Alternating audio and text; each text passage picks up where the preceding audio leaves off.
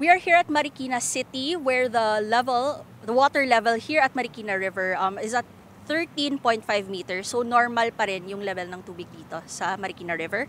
Kakaulan lang ng malakas kaninang umaga, marami pa ring mga residente dito na nagpapasyal, nagbabike at may mga nagzuzumba nga sa covered courts dito sa barangay. Sabi ng mga Zumba participants na nakausap namin na rain or shine talaga sila dito. Gusto kasi nilang pakinabangan yung fact na wala silang pasok sa araw na ito.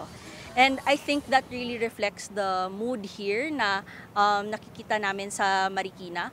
Ang mga residente na nakausap namin ay hindi naman sila kinakabahan ng masyado kahit malakas ang ulan dito kaninang umaga dahil sa Tropical Storm Opong.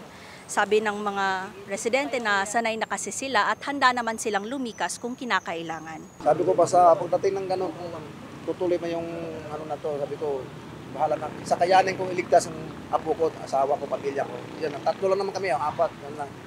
Basta sabi ko sa kanila, wag lang tayong mabigla, wag tayong mataranta. Basta ang buhay natin isisafety. Bayaan mo na yung mga gamit na yan, walang problema yan. Basta kung anong mga kakayanin natin, nandiyan naman yung mga rescue ng gobyerno ng Marikina, nagpa-rescue ng mga sumama na tayo kung anong decision na i-rescue tayo. Ano lang naman para sa buhay lang namin talaga, sabi ko.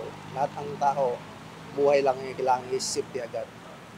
Yun lang number one talaga, sabi ko. But even then, the ghost of Ondoy from 16 years ago still haunts some of the residents that we spoke to. Sabi kasi na iba na yung pagbabaha dahil sa Ondoy, yung pinakamalalang naranasan nila sa time that they've lived here in Marikina.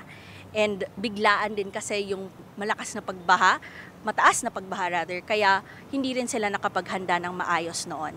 Pero ngayon, today is actually the 16th anniversary ng Ondoy dito sa Marikina. Parang marami talagang mga lessons learned ang mga residente dito na binaon nila.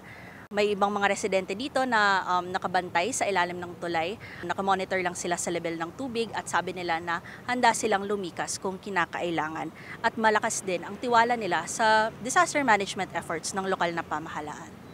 And that's the latest from Marikina City. I'm Tatiana Maligro, Rappler, Marikina.